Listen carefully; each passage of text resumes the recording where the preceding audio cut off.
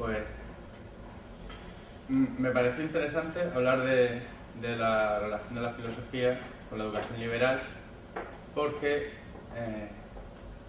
la filosofía sirve para desarrollar algunas capacidades y trata unos temas que tienen que ver con los que trata la educación liberal, ¿no? Luego, en la segunda parte veremos qué tienen que ver exactamente. Educación liberal es un término que no se usa ya en castellano, es una tradición de liberal education.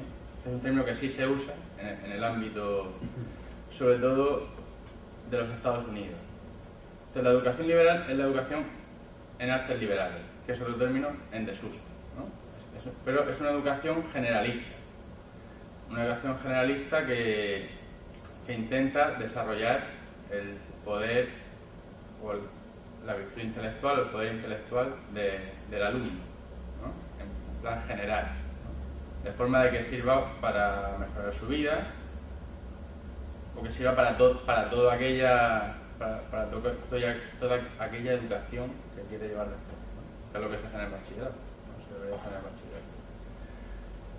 Nosotros usamos más el término humanidades, pero el término humanidades se basa en la distinción entre hechos y valores. Se basa en distinguir las humanidades de las ciencias. Y la educación liberal comprende tanto las humanidades como las ciencias, porque también una formación científica es importante para todo tipo de personas, ¿no? No solo formación en humanidades, sino también formación científica. Entonces, por fijar qué es la educación liberal, por hacer una pequeña historia, tenemos que hablar del término artes liberales. Las artes liberales remiten a las ars liberalia, que es un término que se fija en la Edad Media, ¿no? Pero tiene un origen romano, y que son el famoso trivium y quadrivium, ¿no? El trivium está compuesto por gramática, retórica y lógica. Las tres intentan desarrollar cierto tipo de virtudes, como son las de leer bien, ¿no? Ser capaz de escuchar bien, hablar correctamente y pensar ordenadamente, ¿no? Son cualidades que tienen que ver con las letras, con el pensamiento.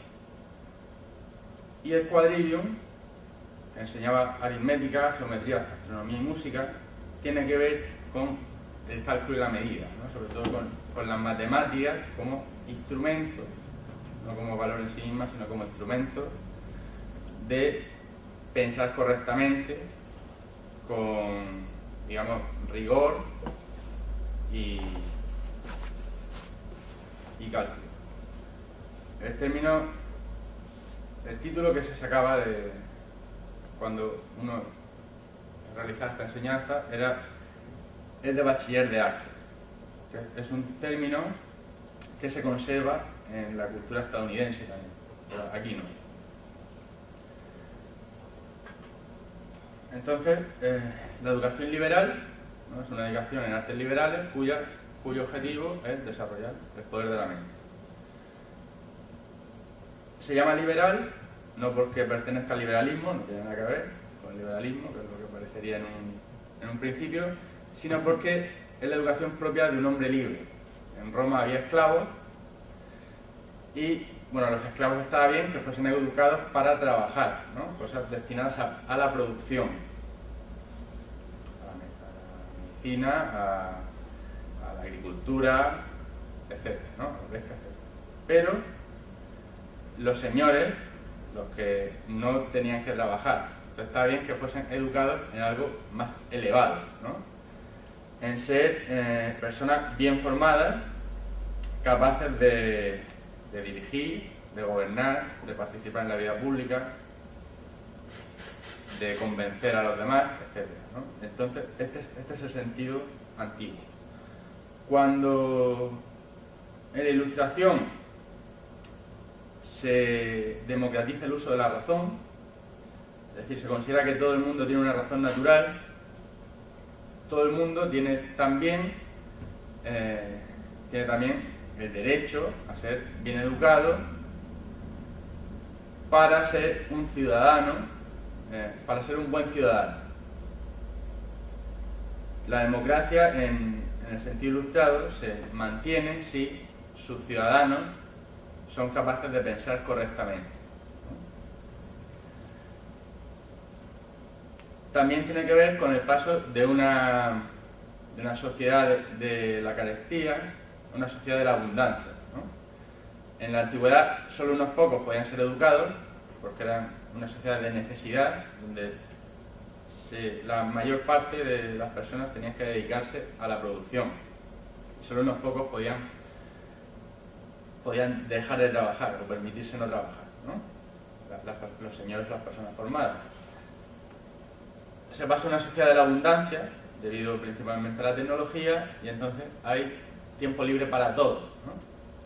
Yo le digo a mis alumnos, por ejemplo, que nosotros estamos en lo que Aristóteles consideraría tiempo libre, ¿no? Ellos tienen tiempo libre para ser educados porque otros están produciendo por ellos. Yo tengo tiempo libre para educarlos porque otros están produciendo para pagarme, ¿no? Me pagan un sueldo por eso.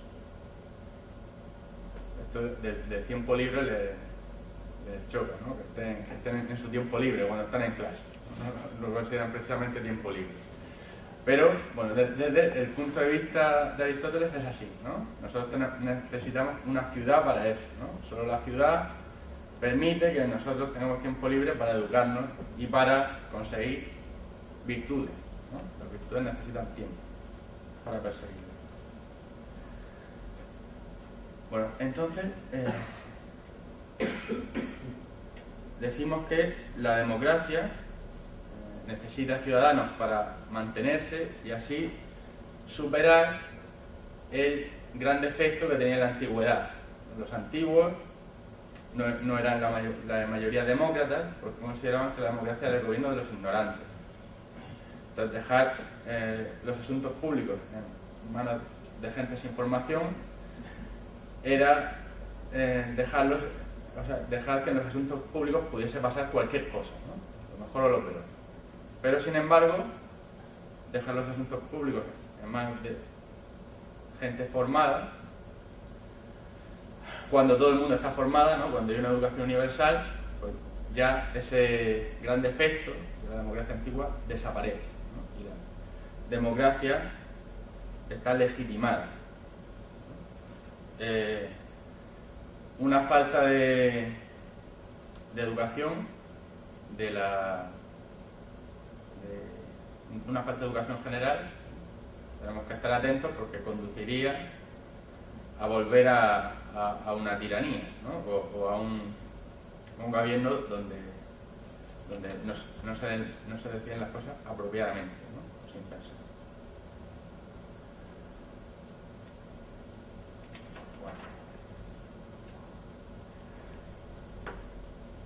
Hoy en día lo que hacemos más o menos en el bachillerato y la secundaria en general deberían estar destinados, porque ahora se mezcla la producción con las artes productivas, con las artes liberales, igualmente, ¿no? Es un poco un desastre, pero uno de los grandes objetivos es precisamente tener personas formadas, ¿no? que sean capaces de convivir en democracia.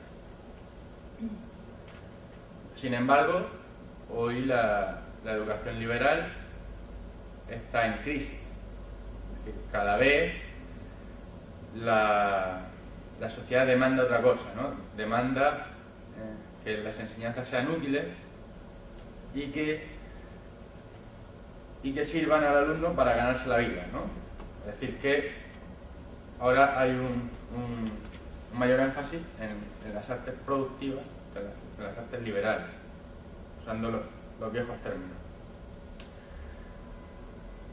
Y bueno, y cada vez las asignaturas que tienen que ver con la formación generalista de la persona, pues están en retroceso, ¿no? La filosofía, la cultura clásica y otros, ¿no? Incluso algunos aspectos de otras materias como las matemáticas, que por una parte son un entrenamiento del pensamiento, ¿no? Para pensar con rigor, pero por otra parte también son útiles para aplicarlas luego en la estadística, en la economía, etc., ¿no? Pues las partes más generales son cada vez más marginadas en favor de las partes más útiles. Entonces, digamos que un proceso, ¿no? Y este proceso bien, tiene varios motivos, ¿no?, de los que hablaré más adelante, pero uno de ellos es que se considera que nuestro sistema, que llamamos democrático llamamos democrático de todas formas, ¿no?, pase lo que pase, digamos, si la gente participa mucho, participa poco, sigue siendo democrático, parece que no necesita para sobrevivir que la gente sea educada, ¿no? La gente con que vote, o unas élites que van cambiando, los partidos políticos, va, para que el sistema se mantenga. Entonces, esta ideología de relacionar la formación educativa con la democracia está en retroceso, ¿no? Está quebrándose. La educación liberal de la que quiero hablar, no de la educación liberal medieval o incluso moderna o premoderna, sino de la refundación de las artes liberales y la educación liberal que tuvo lugar a partir de los años 20 en los Estados Unidos y cuyo centro fue la Universidad de Chicago. El sistema de los Estados Unidos es muy distinto al nuestro, porque nosotros solemos identificar lo que hacemos en bachillerato, en el instituto, con lo que ellos hacen en la high school, ¿no? Digamos que es sustituto. Pero parece que la formación en la high school no es suficiente y en la universidad ellos tienen college o colegios, que es donde verdaderamente se hace el bachillerato. El verdadero bachillerato con nuestras típicas asignaturas, matemáticas, historia, filosofía, ciencias sociales, etc. Ellos lo hacen ya dentro de la universidad, ¿no? Tienen un programa de unos 4 años que se da en la misma universidad y después ya van a las facultades, ¿no? Entonces, algunas personas, destaca Robert Maynard Hutchins, que fue presidente o canciller de la Universidad de Chicago, cuando llegaron, pues revolucionaron la enseñanza en el college de la Universidad de Chicago e implantaron un plan de educación liberal bastante exitoso, bastante alabado y bastante particular, ¿no?, que ha dejado pues una semilla, ¿no?, y se sigue haciendo en varias universidades en los que se llaman colegios de artes liberales, que están presentes a lo largo de los Estados Unidos, ¿no?, aunque no son, o sea, no son los principales o la corriente principal, pero hay bastante, ¿no?, sobre todo en un montón de universidades pequeñas. Bueno, Hutchins fue nombrado presidente de la Universidad de Chicago por sus méritos económicos, ¿no? Era un gran gestor y muy joven lo nombraron presidente de la Universidad de Chicago para que la llevara bien, ¿no?, para que la llevara bien económicamente. Pero resultó que no la llevó tan bien económicamente, pero sin embargo llegó con unas ideas muy claras sobre lo que debía ser una educación básica, que debía tener todo estudiante. Y a la figura de Hutchins tenemos que relacionar la figura de Mortimer Adler. Adler es un filósofo, principalmente un filósofo tomista, pero que también ayudó en esta reforma.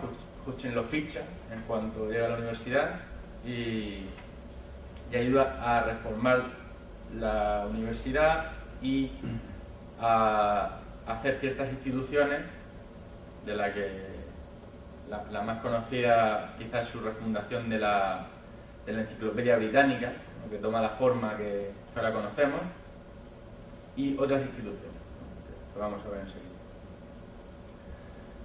Entonces, Hutchins lo que quiere resolver es la falta de formación generalista de los alumnos, ¿no? Considera, no es el único que se queja de eso, de que los alumnos llegan pues, prácticamente en blanco, o sea que llegan a la universidad prácticamente en blanco y deben ser educados de forma general, ¿no?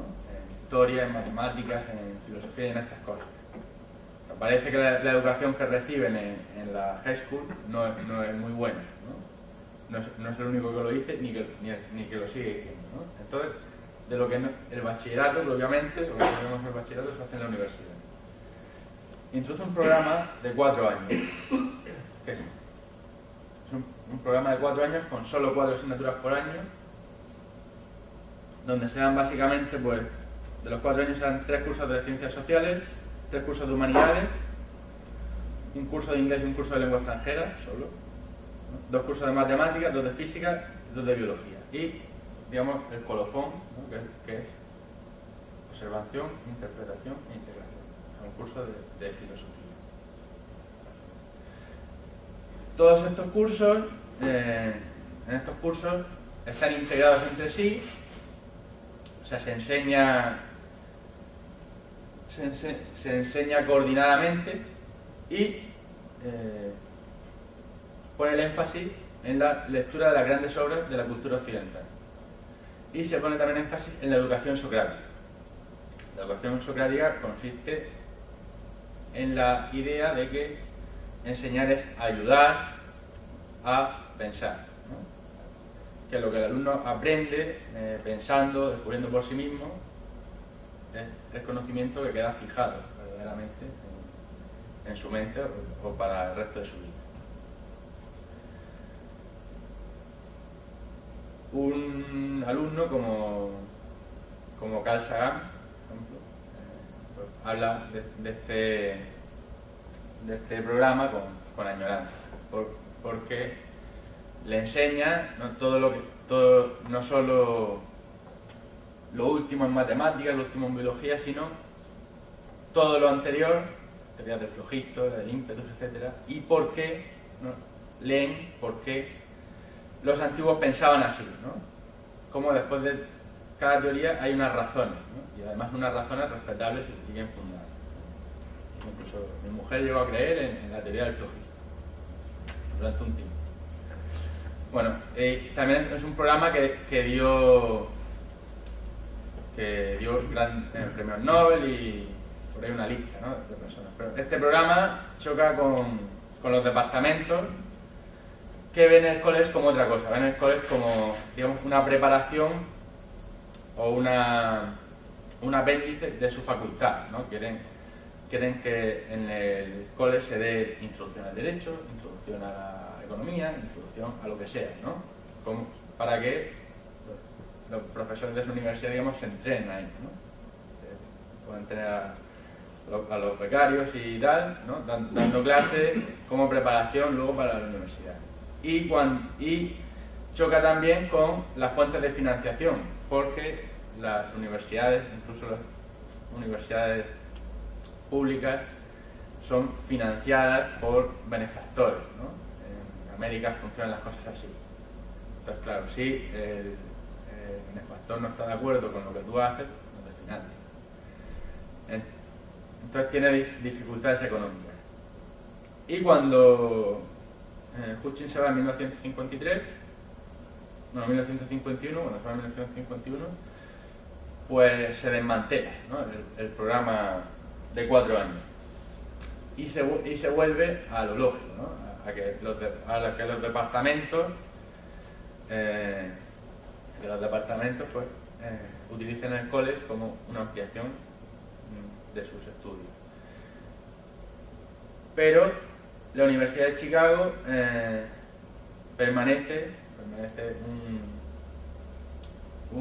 tiene todavía un currículo común bastante fuerte que llega hasta hoy, pero que está en retroceso y cada vez más en retroceso, ¿no? Porque da poco dinero a la universidad. Hutchins plantea la Universidad de Chicago como una universidad destinada a la virtud intelectual, a desarrollar la virtud intelectual. Y, por ejemplo, prohíbe la participación de la universidad en deportes, en ligas y en todo esto, ¿no? Hacen un folleto que dice: ¿te gustan los deportes en la universidad? Pues no vengas a la Universidad de Chicago, ¿no? ¿Te gusta la movida de la fraternidad? Pues no vengas aquí, ¿no? Esto es para gente verdaderamente interesada. Entonces, es todavía, o quizás hasta hace pocos años, una universidad donde van personas verdaderamente interesadas en que le den caña, o en que se lo pongan difícil, ¿no? En que le pongan difícil el estudio. Entonces se encuentran los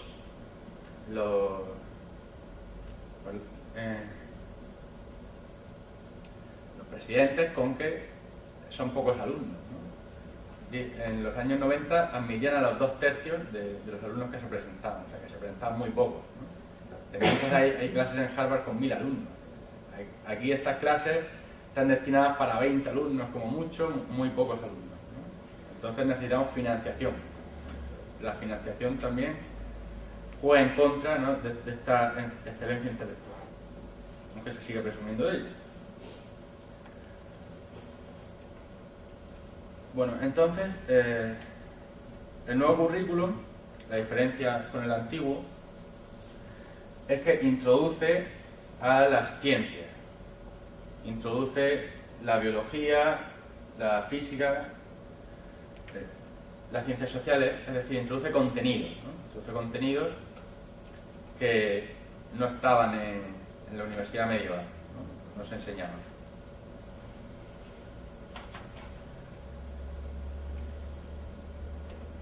Bueno, de las virtudes que desarrolla la educación liberal, hay que distinguir aquellas para las que sirva de aquellas para las que no. Entonces, por ejemplo,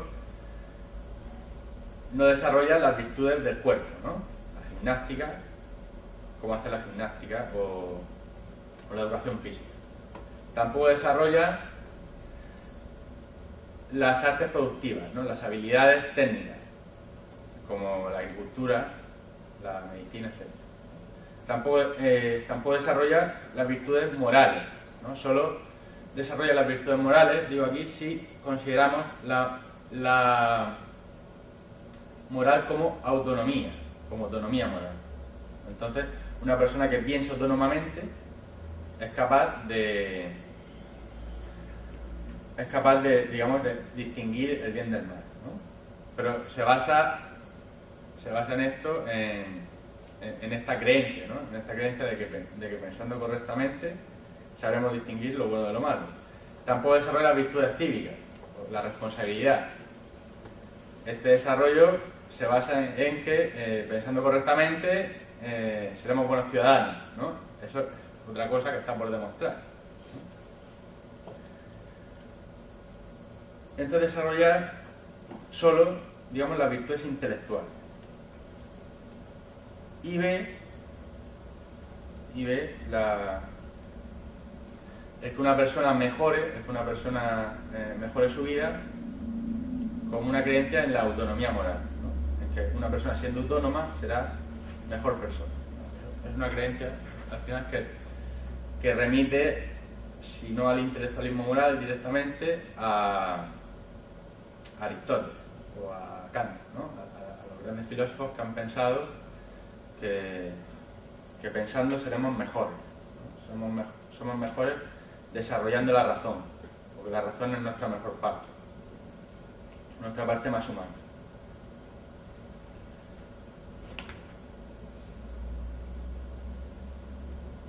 Bueno, las características del hombre educado, de las que Hutchins nos habla, escribió varios libros, ¿no? Y el que he tomado aquí como referencia es un fragmento de un libro que se llama La Gran Conversación. De las virtudes que nos habla en La Gran Conversación, cabe destacar que el hombre educado, para él, es autónomo, o tiene un pensamiento propio. Y esto significa que es más libre que aquel que no tiene pensamiento propio, ¿no? Entendemos la libertad como autonomía. Luego, es responsable en el uso de su libertad política. Todas estas son cosas que dice Hutchins. El hombre educado es responsable en el uso de su libertad política. ¿Qué significa esto? Que la responsabilidad es una suerte de virtud cívica básica. Significa que uno es consciente de las consecuencias de sus actos y que en sus acciones evita el daño a la sociedad. Entonces, aquí distinguimos responsabilidad de moralidad o de bien, porque uno puede ser responsable, uno es responsable si defiende su cultura o defiende su sociedad, aunque la sociedad obre mal, ¿no? Tenemos un caso de responsabilidad, por ejemplo, clásico en Pericles, ¿no? Que dice que bueno, a lo mejor los atenienses no han hecho mal en ser un imperio y en gobernar a otra gente, o en forzarla. Pero, bueno, ya que es un imperio, pues hay que defenderlo, ¿no? Ya que tiene un imperio hay que defenderlo, ¿no? O en el mismo pensamiento americano, personas como Jefferson, que dicen que Dios debería castigarlos por tener esclavos, ¿no? Que si hubiese justicia, pues recibirían un gran castigo, o serían eliminados de la faz de la tierra. Sin embargo, ese es el hecho, serían esclavos y pues, hay que ser leal, ¿no? al país. Bueno, esto de la responsabilidad es lo que está de moda ahora, ¿no? La ética de la responsabilidad. El hombre educado es también capaz de disfrutar de su ocio. Y aquí diferencia lo noble de lo vulgar, ¿no? Hay un ocio noble destinado a placeres más elevados y un ocio vulgar destinado a placeres menos humanos, más vulgares. El hombre educado tiene pues, lo que llamamos sensibilidad, ¿no? Por eso educamos también en música, ¿no? Ser capaces de apreciar la música o el arte, ¿no? En esta sensibilidad que mejora nuestro ocio. Y en suma, dice, el ser humano educado es más humano, más cultivado, virtuoso que aquel que no posee una educación liberal. Y aquí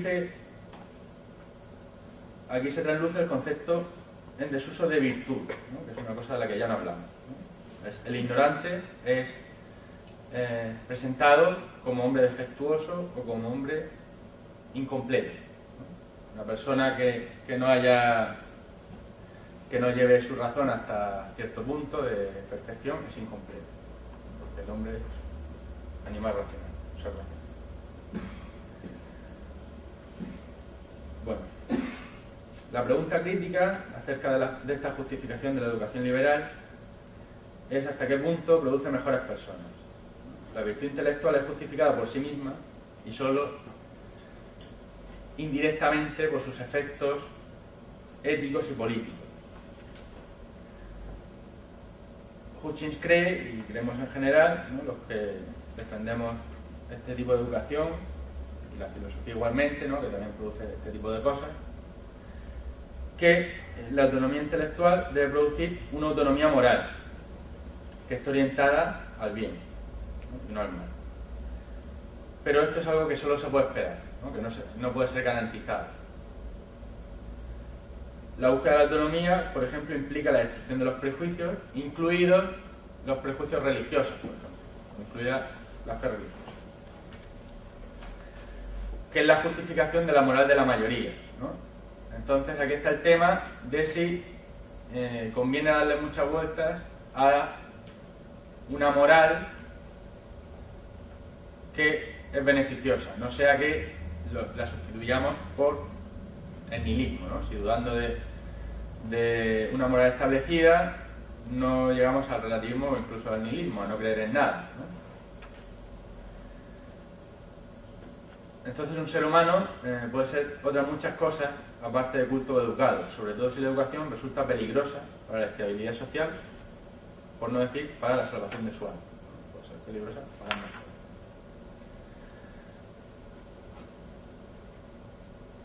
que el poder de la mente es verdad que no nos asegura ser buenas personas o buenos ciudadanos, pero la alternativa que tenemos hoy a no desarrollar el poder de la mente es lo que conocemos como sociedad de consumo. O sea, la alternativa no es una sociedad basada en creencias firmes por parte de todo el mundo, sino una sociedad de consumo donde toda dedicación se ve en plano de igualdad. Entonces, nuestra sociedad de cambio constante y donde se busca la gratificación inmediata, pues es la alternativa hoy en día a una sociedad basada en la educación liberal. Una sociedad basada, digamos, en la búsqueda del placer, si es inmediato mejor, una sociedad de consumo. Entonces, la educación sería aquí lo contrario, por ejemplo, de la tele, ¿no? O sea, hay que decir que estamos luchando contra la falta de educación, ¿no? o dedicarnos a otras cosas, ¿no? A consumir, a buscar el placer. Entonces parece que es mejor esto que lo otro, ¿no? Pero ya la sociedad basada en principios firmes parece que ya no existe. De todas formas, incluso ante esa sociedad puede ser defendida, ¿no? La educación liberal. Bueno,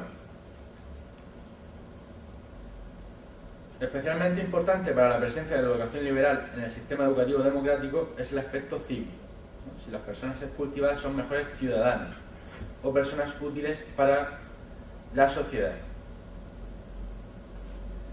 El concepto de responsabilidad es el lazo entre lo intelectual y lo cívico. Un buen ciudadano, un ciudadano responsable, ha de ser capaz de convivir armónicamente con sus semejantes y, más allá de esto, de defender los principios básicos sobre los que descansa la comunidad, ¿no? En nuestro caso, la democracia y la libertad. Hutchins liga así la educación liberal con la cultura occidental. Dice, la tradición occidental está contenida en la gran conversación. Esto podemos leerlo.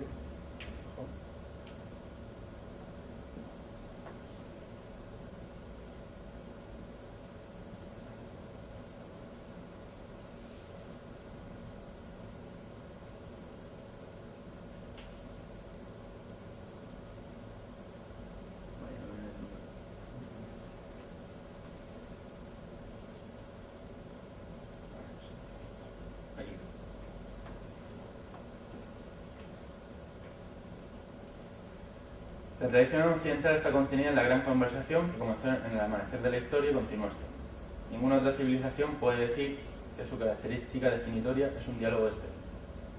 El espíritu de la civilización occidental es el espíritu del diálogo. Su elemento dominante es el logos. Nada debe dejarse sin discutir. Todo el mundo tiene que mostrar su parecer. Ninguna proposición debe dejarse sin examen. El intercambio de ideas es el camino de la realización de las potencialidades de la especie. Considera que vamos a introducir aquí varios conceptos nuevos que son la base de este tipo de educación según fue proyectado en los años 20 y 30, que son el concepto de gran conversación, que es la base de la tradición occidental, el concepto de grandes ideas, ¿no? Y el concepto de grandes libros. Estos serían los tres conceptos importantes aquí. La gran conversación se refiere a la tradición occidental.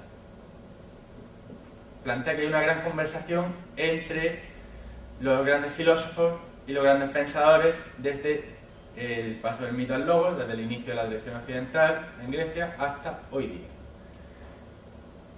Esta gran conversación significa que unos pensadores remiten, explícita o implícitamente, a lo que han dicho otros.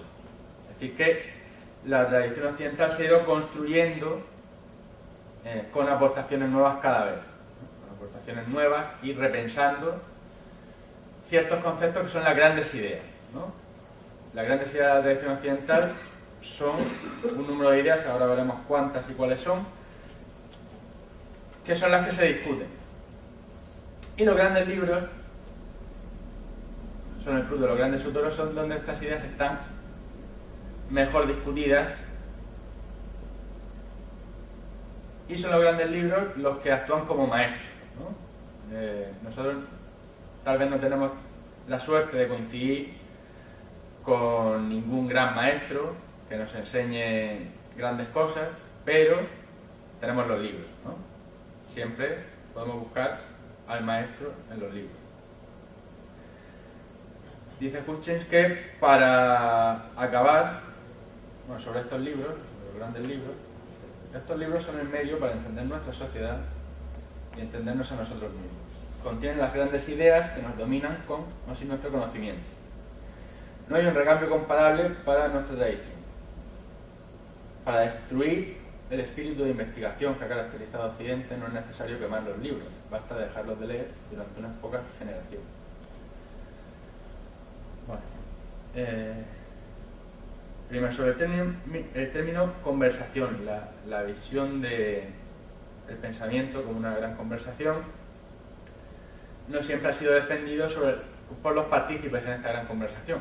Por ejemplo, Sócrates o Platón veían la investigación filosófica y la investigación en general como una conversación, es decir, como un diálogo, ¿no? Nosotros tenemos que tener críticos, tenemos que tener personas que nos digan algo distinto, ¿no? Es algo así como una partida de ajedrez. Si uno juega al ajedrez consigo mismo, no va a producir una partida de ajedrez demasiado buena, ¿no? O demasiado artística, porque ya sabe lo que va a hacer el rival, sus planes no son puestos a prueba, etcétera, ¿no? No tiene un verdadero desafío. En cambio, otras mentes sí que nos desafían, ¿no? Y nos embarcamos en una búsqueda de la verdad en común. Alguien que rechaza a veces, ¿no? Unas veces y otras no, la visión de la investigación como una conversación es Descartes, ¿no? Descartes piensa a veces, ¿no? que hay que rechazar todo lo que se ha hecho antes y empezar de nuevo, ¿no?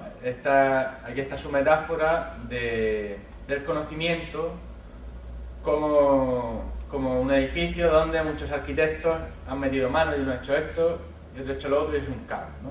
Y dice que es mejor un edificio hecho por una sola mente, ¿no? Por una sola mente y con un plan, que es su método. Bueno, pero en otros sitios se considera partícipe de la conversación, emplea precisamente este término, conversación. Bueno, la crisis de Occidente para Hutchins es la crisis de las grandes ideas, y no viene de que las ideas se discutan, sino que las ideas se desprecian o se olvidan. Entonces, ¿cómo se enseñan las grandes ideas en este plan? Pues leyendo los grandes libros, ¿no? Hay que leer los grandes libros, Homero, Virgilio, Freud, los que sean, y discutirlos o descubrirlos por uno mismo, ¿no? Hay que leerlos por uno mismo. Un amigo me dijo que esto sonaba mucho a educación de adultos, ¿no? Pero en el sentido peyorativo de la palabra, ¿no? Como algo flojo. Pero estamos bastante equivocados si creemos que esto no es fruto de una investigación seria. Pues por eso que quería mostrar varias cosas. La página de las grandes ideas, Centro para el Estudio de las Grandes Ideas, es una de las fundaciones, ¿sí? Está fundada por Adler y Max Weber, una de las fundaciones de Adler. Entonces, Adler sistematizó bastante esto de las grandes ideas y los grandes libros. Bueno, esta página tiene muchos enlaces a dónde salen las grandes ideas, cómo se dan, currículos, etcétera, etcétera. Es una fuente muy importante si alguien quiere investigar en este tema. No, todo está en inglés, pero bueno, son grandes ideas, se pueden ver incluso, aunque uno no sepa inglés. Adler hizo una lista.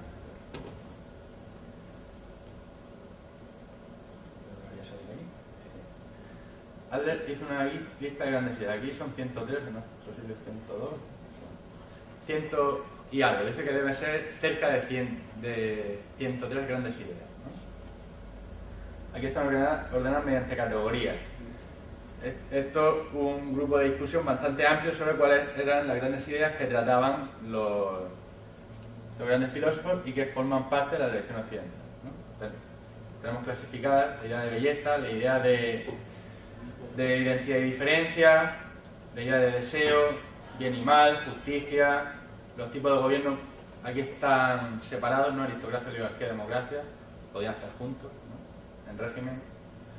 Gobierno, libertad, progreso, inducción, dialéctica, lenguaje, razonamiento, etc., ¿no? Igualdad, forma, materia, contingencia, vida y muerte, memoria, experiencia, etc., ¿no?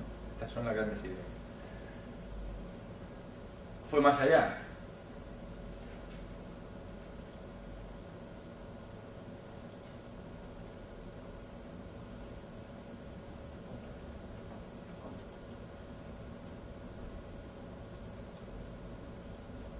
Cada gran idea sistematizó en qué grandes libros está presente. Ahora veremos cómo elige cuáles son los grandes libros, que es el problema del canon, ¿no? El típico problema del canon occidental. ¿En qué libros están presentes estas grandes ideas? ¿Quién habla de ellas? Aquí en la página web pone el ejemplo de felicidad, ¿no? Felicidad. Y empiezan las referencias, el deseo, o los temas que tienen que ver con la felicidad, ¿no? El deseo de felicidad, su carácter natural y universalidad, el entendimiento de la felicidad, las características de un hombre feliz o de una vida feliz, placer y felicidad, visto en relación con la felicidad, etc. Y, finalmente, cualquiera de ellas, aquí he puesto un ejemplo con una de las primeras,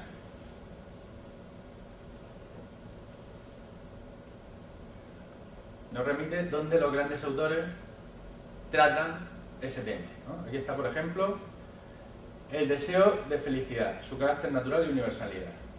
Aquí tenemos Platón, Eutidemo en el Banquete, Aristóteles, Nicómaco, Epicteto, Tomás de Aquino, Hegel, Goethe, etc. Este gran trabajo, ¿no? de ver dónde está tratada cada idea dentro de los grandes autores, está realizada en una colección que se llama Los grandes libros del mundo occidental, que sacó la Enciclopedia Británica,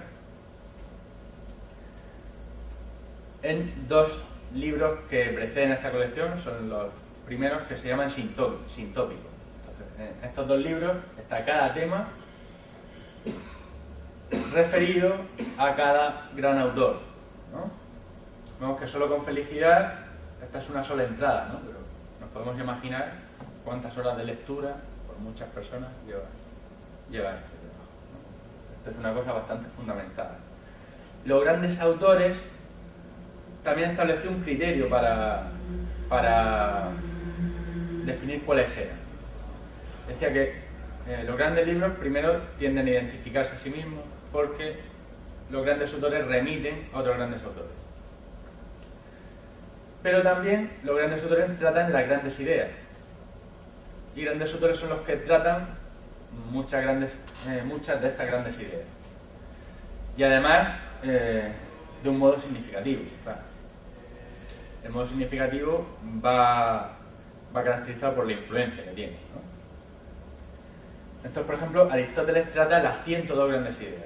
En la obra de Aristóteles están tratadas las 102 grandes ideas. En la obra de Platón están tratadas 100 de estas grandes ideas. Si vamos descendiendo, ¿no? Estos son los que más ideas contienen, hasta la Edad Moderna, donde Freud o Marx pueden tratar 40, 50 grandes ideas, ¿no? Hay un déficit conforme nos modernizamos, ¿no? Curiosamente. O sea, se hablan de menos temas. Y con esta lista hizo un canon, lo que conocemos por un canon occidental, el canon occidental, ¿no? Entonces, el canon occidental lo publicaron en la en la Enciclopedia Británica porque se encontraron que para estos cursos que querían dar en el college de los grandes libros no tenían traducciones o el libro era muy difícil de conseguir. 50 o 100 alumnos a la vez intentando conseguir el libro era muy difícil, son los años 30, no tenían a Amazon o los grandes distribuidores que hay ahora. Entonces decidieron publicarlos ellos mismos, ¿no? Y de ahí sale esta colección de las grandes ideas de la Enciclopedia Británica. Es otro proyecto que tuve. Aunque este proyecto desapareció de la Universidad de Chicago con el tiempo, sigue en la Universidad de St. John. Ahí sí tienen un programa de artes liberales, ¿no? Un bachillerato de artes liberales. La Universidad de St. John fue digamos un refugio de profesores de la Universidad de Chicago, ¿no? Allí fueron bastantes. Por ejemplo, fue Leo Strauss, ¿no? Leo Strauss tiene mucho que ver con Hutchins, porque Hutchins contrató directamente a Leo Strauss, ¿no? Leo Strauss no había tenido mucha suerte en América. Es uno de los grandes teóricos de la educación liberal y su relación con la democracia. Un gran teórico de la posibilidad de la filosofía en la actualidad, que debería ser el gran tema de la filosofía hoy, porque se pone en duda la posibilidad de la filosofía. Entonces lo que decía es que debíamos volver a los antiguos porque ellos tenían el mismo problema. O sea, Sócrates, Platón, Aristóteles tenían el problema de que la filosofía no estaba claro de si debía ser posible o debía cultivarse. Ellos tienen el problema que tenemos nosotros hoy. En el origen la filosofía tiene el problema que volvemos a tener en la actualidad.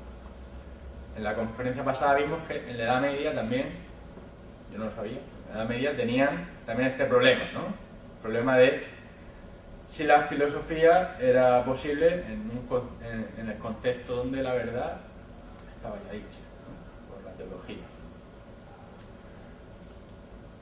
Bueno, entonces Hutchins contrata a Leo Strauss, lo contrata con un buen sueldo, el más alto del departamento.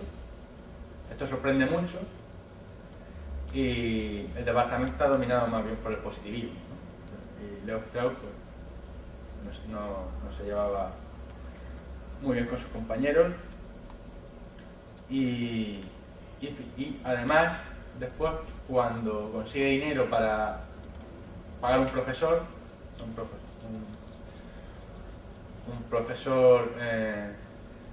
distinguido, cuando uno quiere un profesor tiene que conseguir el dinero para pagarle el sueldo, ¿no? Las cosas en América funcionan así, no está claro que haya un sueldo para un profesor. Bueno, pues elija a Leo Strauss, ¿no? entre todos. Entonces hay una gran afinidad y al centro de todo. También otro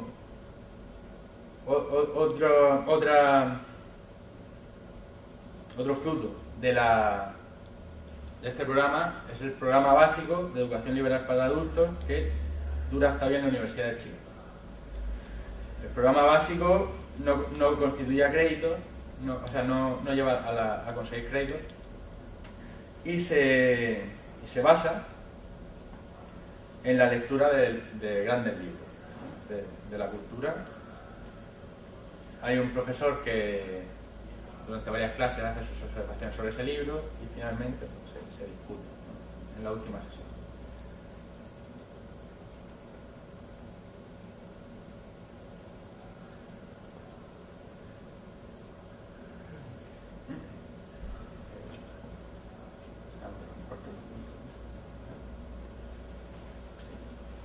Digamos de la página de la universidad. Esta es una típica lista de lectura.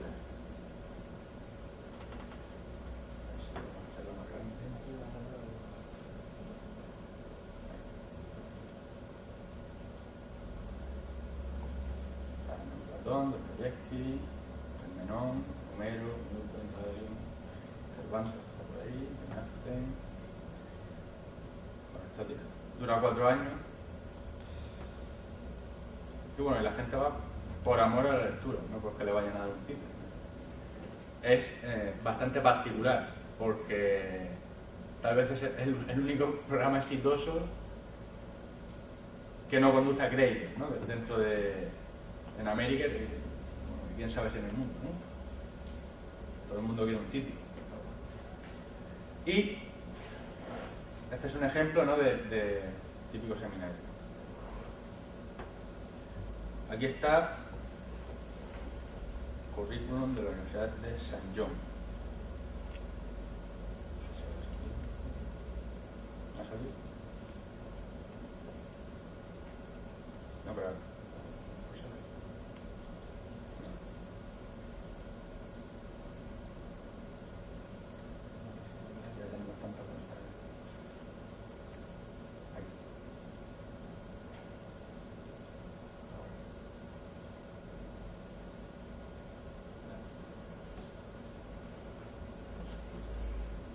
Esto sí que es una especie de bachillerato, ¿no?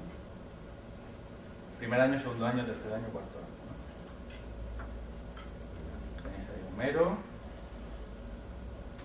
la Biblia, segundo año, Pascal... ¿Con qué edad es? Esto, pues, uno entra en la universidad como aquí, a los 18 más o menos. Lo que pasa es que allí, este es el verdadero bachillerato, ¿no? Lo que se hace en el colegio. Entonces, la formación general dura bastante más que en Europa, ¿no? Bueno, pues esto es lo que leen. Estos libros es importante atender a ellos para nosotros porque son libros contrastados, o sea, a lo largo de muchos años. Entonces ya lleva funcionando más de 60 años. Y son libros que se pueden enseñar y que se pueden discutir. No todos los libros de filosofía se pueden discutir en clase. No son aptos porque son muy difíciles o porque requieren un conocimiento previo bastante alto, etcétera, ¿no? O sea, todas estas son cosas que se pueden usar en clase, ¿no? Y que se usan. Bueno, no sé, se usan. Bueno, voy a ir cerrando ventanas. Todo esto se puede hacer desde la página esta de las grandes ideas.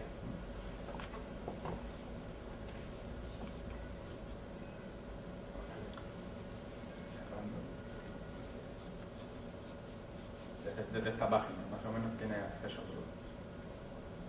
Aunque no sepamos inglés, podemos leer, en vez de Homero, nos enteramos, ¿no? Luego, otro proyecto de Adler, este hombre hizo muchos proyectos educativos, es el grupo Paideia, que es la aplicación de esta enseñanza intelectual en la primaria y en la secundaria. Como es difícil poner de acuerdo un colegio o un instituto entero, esto no tiene mucho éxito, ¿no? Pero ahí está. Paideia.org. Aquí hay varios enlaces. Esto es un libro, la propuesta Paideia, tiene unos principios educativos.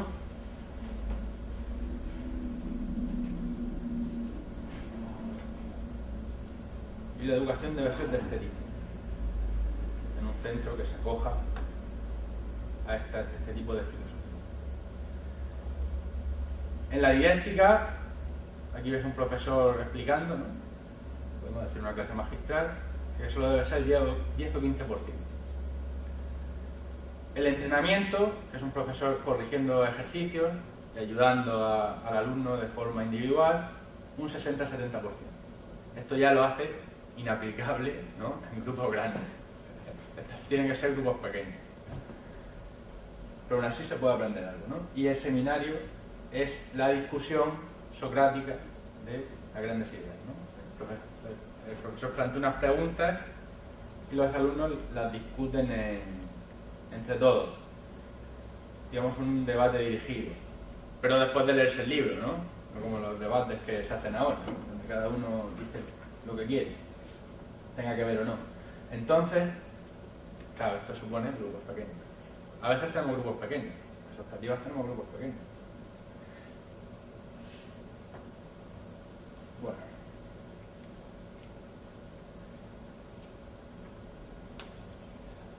Sí. Por lo último ya. La declaración de principios. Pues, bueno, estos más o menos son los proyectos que nos pueden interesar. Esos links, ¿puedes hacérnoslos llegar de Sí. alguna manera? Sí. Vale, buscaremos la manera. Y bueno, finalmente la educación liberal, es importante que diga esto, para cerrar, la educación liberal está vista como una educación para toda la vida, ¿no? Que se debe una verdadera educación de adultos, como es la filosofía también. En la segunda parte trataremos la relación. Una educación de la que solo podemos hacer una presentación a los jóvenes, pero en ello debe estar el deseo de seguir mejorándose durante el resto de su vida, ¿no? Uno no puede parar de leer, ¿no? o parar de aprender. Entonces, este es el sentido en el que la educación liberal es única. Bueno, y lo dejo aquí. Ya podemos hablar un rato de lo que sea.